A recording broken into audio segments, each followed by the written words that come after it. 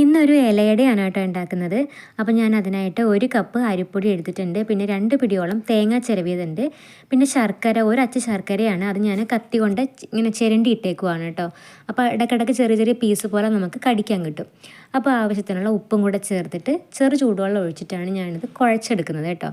അപ്പം നമ്മൾ കഴിക്കുമ്പോൾ തേങ്ങയും ശർക്കരയൊക്കെ ഇടയ്ക്കിടയ്ക്ക് നമുക്ക് കടിക്കാൻ കിട്ടുമ്പോൾ നല്ലൊരു ടേസ്റ്റ് ഉണ്ടാവും. അതുകൊണ്ടാണ് ഇങ്ങനെ ഇട്ടിരിക്കുന്നത്.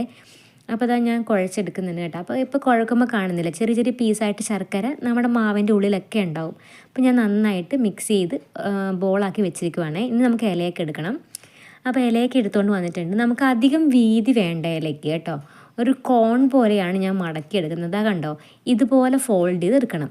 ശരിക്കും പറഞ്ഞാൽ നമ്മൾ ഇലയൊന്ന് വാട്ടിയിട്ടെടുത്താൽ ഇല പൊട്ടിപ്പോവാതെ കിട്ടും. അപ്പോൾ എനിക്കിപ്പോൾ രാവിലെ സമയമില്ല, മോന് ടിഫിൻ കൊടുത്തു വിടാനാണ് ഞാനിത് ഉണ്ടാക്കുന്നത്.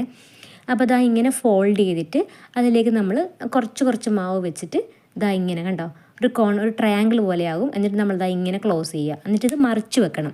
നമ്മൾ ഇഡലിച്ചെമ്പിലാണ് ഇത് പുഴുങ്ങിയെടുക്കുന്നത് കേട്ടോ. അപ്പോൾ ഞാനൊരു 3-4 ഉണ്ടാക്കിയിട്ടുള്ളൂ. രാവിലെ മോന് കൊടുക്കാൻ വേണ്ടിയിട്ട് വേഗം ആക്കുന്നതാണ് കേട്ടോ.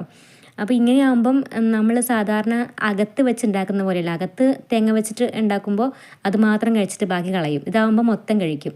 ഇതാ വെന്തിട്ടുണ്ട് കേട്ടോ. നല്ല ടേസ്റ്റ് ആയിരിക്കും ഇങ്ങനെ കഴിക്കാൻ. മൊത്തത്തിൽ നല്ല മധുരം ഉണ്ടാവും. ഈ ശർക്കരയൊക്കെ ഇടയ്ക്കിടയ്ക്ക് കടിക്കാനൊക്കെ കിട്ടും. നമുക്ക് വെന്താന്ന് നോക്കാം മുറിച്ചിട്ട്.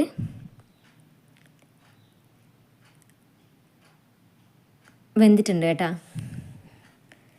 നല്ല ചൂടുണ്ട്. ഇതാ കണ്ടോ, വെന്തിട്ടുണ്ട്. അതിൻ്റെ ഉള്ളിലൊക്കെ ശർക്കരയും തേങ്ങയും എല്ലാം കാണുന്നുണ്ട്. നല്ല ടേസ്റ്റാണേ. അപ്പോൾ വീഡിയോ ഇഷ്ടമായെങ്കിൽ സബ്സ്ക്രൈബ് ചെയ്യാൻ മറക്കല്ലേ.